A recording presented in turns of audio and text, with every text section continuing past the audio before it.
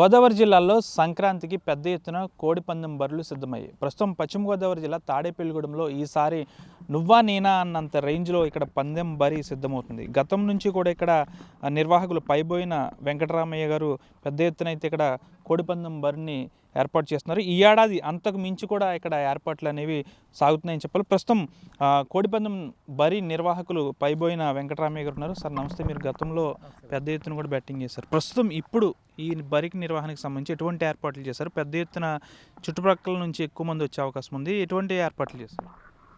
సుమారు 10,000 మంది పట్టేలాగా కూర్చుని చూసేలాగా సౌకర్యంగాను బరి సిద్ధం చేయడం జరిగింది. లాస్ట్ ఇయర్ కొంచెం బాగా ఇబ్బంది పడ్డారు ప్రజలు. ఆ ఇబ్బందిని వాళ్ళు దృష్టిలో పెట్టుకుని లాస్ట్ ఇయర్ 4,000-5,000 మంది పెట్టే విధంగా మేము ఏర్పాటు చేసాం. మీకు అంచనాలకు మించి 60 నుంచి 70,000 దాకా వచ్చేసారు జనం. అవన్నీ ఇరిగిపోయినాయి ఎక్కడికక్కడ.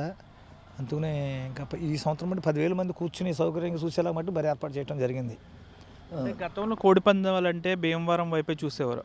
అంతకు మించి తాడేపల్లిగూడెంలో మీరు ఏర్పాట్లు అనేవి చేస్తున్నారు. ఏ విధంగా ఉంది? ప్రజలు ఎక్కడ సౌకర్యంగా ఉందో, ఎక్కడ సక్రమంగా ఉందో తెలుసుకుని అక్కడికి వస్తూ ఉంటారు. వాళ్ళ ఆదరణ బట్టే చేయడం జరుగుతుంది. మళ్ళీ గుర్తింపుని బట్టే ప్రజలు గుర్తించారు.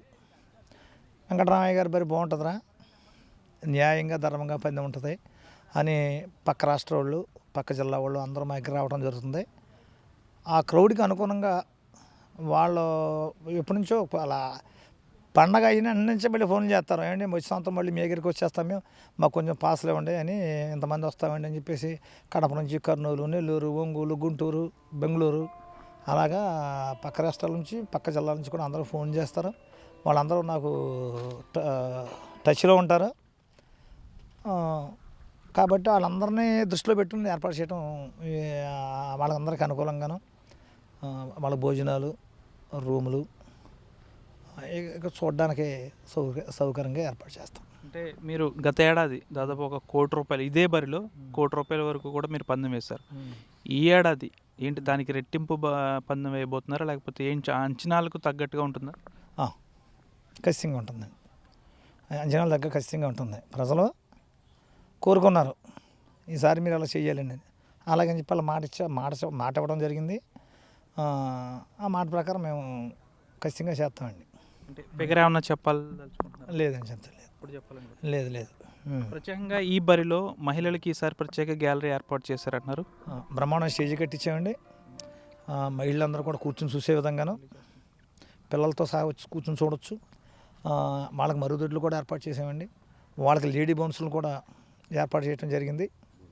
ఇవన్నీ సంక్రాంతి సంబరాలనే నీకు ఉత్సవం కింద మేము భావించి, ఇప్పుడు దేవుని ఉత్సవం ఎలా చేస్తారని అందరూ భక్తిభావంగాను దేవుని దీంట్లో కలపడం కాదు, కానీ నేను అందరూ ఆనందంగా ఉండాలనే ఉద్దేశంతో డబ్బుకి వెనకాడుకోకుండా సకల సౌకర్యాలు అంటే కూర్చొని చూసే విధంగా, కూర్చుని వాళ్ళకి కావాల్సిన కొద్ది ఫుడ్ తీసుకునే విధంగాను ఎన్నో ప్రతి మనిషికి ఎన్నో బాధలు ఉంటాయి. వాళ్ళకి 3 రోజులు కొంచెం రిలీఫ్గా ఉంటుందని చెప్పేసి మేము ఇంతకుముందు బయటికి వెళ్ళి బాధపడ్డాం కాబట్టి ఆ బాధలు మాకు తెలుసు కాబట్టి అటువంటి వాళ్ళు పడుకోకుండా మేము అన్ని జాగ్రత్తలు తీసుకుని ఏర్పాట్లు చేయడం జరుగుతుంది. అంటే ఈ పందెం బర్ల నిర్వహణలో పైబోయిన వెంకటరామయ్యకి వచ్చేది కంటే లాసే ఎక్కువ అని అంటున్నారు. నిజంగా లాసేనా? దేవుడు సాక్షిగా అదే కరెక్ట్ అండి. ఎందుకంటే నేను 15 కోట్లు సంపాదించానని చెప్పేసి కొంతమంది అదలో వాగేవారండి. అలాగే వాళ్ళ గురించి అంతమాలు చెప్పడం కూడా అనవసరం. అది మట్టుకు వాస్తవం. నేను ఎందుకంటే షీట్ రాసి పెట్టేద్దాను. నాకు ఎంత ఖర్చు అయింది, ఎంత వచ్చిందని స్లిప్ రాసి పెట్టేద్దాను. బోర్డు తగిలిచ్చేద్దాను. అలాగా చూసుకుని చదువుకుని వెళ్తారు. జరిగే కరెక్ట్, అది మీరు చెప్పింది కరెక్ట్. కానీ సోషల్ మీడియాలో మాత్రం పైబోయిన వెంకటరామయ్య పందెం బరికి సంబంధించి భారీ ఎత్తున ఎక్కువ లాభం వస్తుందని వస్తుంది. అంటే ఇది ఫేక్ అనుకోవచ్చు? 100% అండి. పందాలు నిర్వహించే వాళ్ళకి ఇంచుమించుగాను అది జరగదండి. ఇప్పుడు మా మధ్యవర్తి మనం పందాలు వేస్తాం. వేసినప్పుడు దాని కేవులు అనేది తెస్తాం. 100% కేవులు తెస్తాం. అర్థమైందండి? మాకు అది లేదు, ఫ్రీ. మీకు అర్థమైందండి? కేబుల్ ఫ్రీ లేదు, వచ్చి పందాలు వేసుకోవడమే. వాళ్ళకి కావాల్సిన సౌకర్యాలు అన్నీ మేమే ఏర్పాటు చేస్తాం. ఎందుకంటే ఇంతకుముందు వైసీపీ గవర్నమెంట్ 5 సంవత్సరాలు ఇక్కడ పందెం నిర్వహించలేదండి. అసలు నిర్వహించలేదు. దానికి ప్రజలు చుట్టుపక్కల అందరికి వెళ్ళి చాలా బాధపడ్డారు. అప్పుడు ప్రజానాయకుడు వాళ్ళు ఏమైనా పట్టించుకోలేదు. అది స్వలాభం తప్ప ప్రజలు మంచిగా అట్లా ఆలోచించడానికి నేను చేయలేదు. మిమ్మల్ని ఇబ్బంది పెట్టి నిర్వహించకుండా చేశారనుకోవచ్చు. చేశాడు వాళ్ళు చేయలేకపోయారు. ఇప్పుడు నన్ను ఇబ్బంది పెట్టి మన నిర్వహణ నేను చేయలేదు, నన్ను చేయడం లేదు, వాళ్ళు చేయలేకపోయారు. నేను చేసిన ఎప్పుడైతే పందెం పెట్టి ప్రజలందరూ ఇక్కడికి వస్తారని చెప్పేసి అంత గొప్పగా వాళ్ళు నిర్వహించలేకపోయారండి. దాని గురించి అసలు పట్టించుకోలేదు వాళ్ళు. అదో పీడకల కింద మిగిలిపోయింది ప్రజలకు 5 సంవత్సరాలు కూడాను నిర్వహించలేకపోయారు వాళ్ళు. అందుకని అవన్నీ నాకు బాధ కలిగి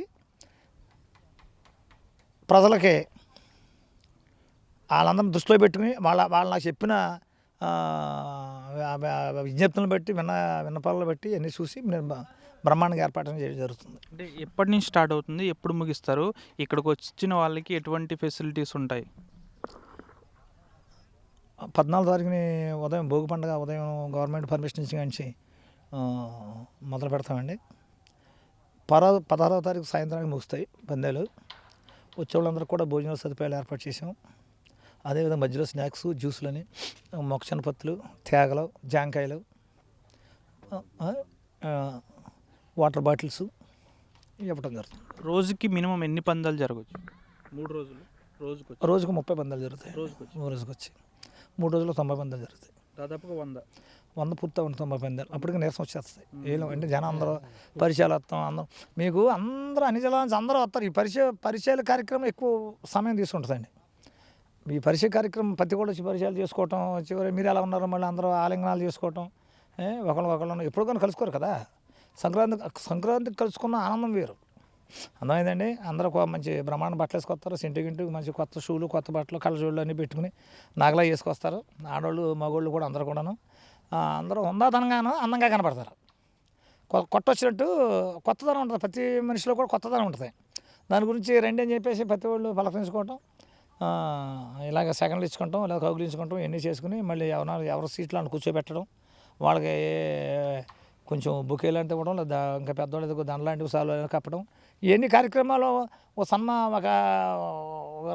ఒక రాజకీయ సభ ఏ విధంగా జరుగుతుందో ఆ విధంగా జరుగుతుంది. అంటే ఇప్పటికీ పొలిటీషియన్స్, విఐపీస్ మీకు ఫోన్లు చేసి మీ బరి దగ్గరికి మేము వస్తాం, మీ ఏరియాలో మాకు రూమ్ చూడండి అనేవారు కూడా ఉన్నారా? బోలంతమంది చూసారా మీరు? వాళ్ళకి ఏర్పాటు చేసామండి. పేర్లు ఎందుకు వచ్చినప్పుడు మీకు తెలుస్తుంది. చాలామంది మేము వస్తామండి అని చెప్పేసి, దాంట్లో కొంతమంది ఐఏఎస్లు కూడా ఉన్నారు. మేము ఫ్యామిలీతో వస్తామండి, కొంచెం మాకు ఏర్పాటు చేయండి చెప్పొద్దండి అని 3 దాకా ఫోన్ చేశారు. సర్లే మేము తగిన ఏర్పాటు చేస్తాం. వాళ్ళందరూ కూడాను చూసి వాళ్ళ మీకు అంటే కోడిపందెం అంటే అందరికీ ఇంట్రెస్ట్, సరదా అండి. ఇది ఒక గ్రామీణ క్రీడ. ఇది పెద్ద క్రీడ, మామూలుగా కాదు. ఈ గోదావరి జిల్లాలో ఎంత వైభవంగానో అంగరంగ వైభవంగా జరిగేది ఇదే. వెంకటేశ్వర పండుగ తర్వాత దేవుణ్ణి ఎలాగా ఆ కార్యక్రమం ఎలా చేస్తారో అదేవిధంగా ఈ సంక్రాంతిలో ఈ కోడి పందాలకు అంత వాల్యూ ఉంది. కానీ ప్రభుత్వం దీన్ని గుర్తించదు. అని గుర్తించకూడదు కూడా. ఎందుకు అనుకున్నారు? గుర్తించింది అనుకోండి, దీన్ని ఎంతో కొంత దీంట్లో జోదం ఉంది. ఎంతో కొంత ఈ కోడి పందాలో జోదం ఉంది. జోదం ఉండటం వల్ల అయ్యబాబు జోదం ఉందా అనేటప్పటికి ఉన్న ప్రతిపక్షాలు ఏం చేస్తాయంటే, అయ్యబాబు పెద్ద ఎత్తున జోదాలు జరిగిపోతున్నాయి, కోడి పందాలు రెగ్యులేట్ చేస్తారు, దీనివల్ల ప్రజలందరూ బాధపడిపోతున్నారు, ఆస్తులు అమ్మేసుకుంటున్నారు, ఇది ప్రభుత్వం ఏమో వాళ్ళ దగ్గర తీసుకుని కోట్లు సంపాదించేసుకుంటుంది, ఈ పందిగాళ్ళ దగ్గర వాళ్ళ దగ్గర తీసుకుని అని చెప్పేసి రకరకాల ఊహాగానాలు. ఇంకా వీళ్ళు వచ్చినప్పుడు వాళ్ళు అలా చేస్తారు, వాళ్ళు వచ్చినప్పుడు వీళ్ళు అలా చేస్తారు. కాబట్టి దీన్ని రెగ్యులేట్ చేసేది విధంగా అందరూ కృషి చేస్తున్నారు. కానీ దానికి చాలా గట్టి నిర్ణయం తీసుకొని అంత స్టాండర్డ్గా నిలబడిన నాయకత్వం ఉండాలి. ఇలాగా కూటమి ప్రభుత్వం జరగదు. అలాగే ఎందుకనుకున్నా అందరూ కలిసి ఉంటారు కదా, తలకో మాట ఎందుకు లేండి మీద. ఇప్పుడు చిన్న పనికి పెద్ద మాట వేసుకోవాలి వాళ్ళు. ఇది చిన్న పని, వాళ్ళు కలిసి వచ్చేది ఏమీ లేదు, పెద్ద మాట వేసుకోవాలి. దాని గురించి ఎవరు చేయరు.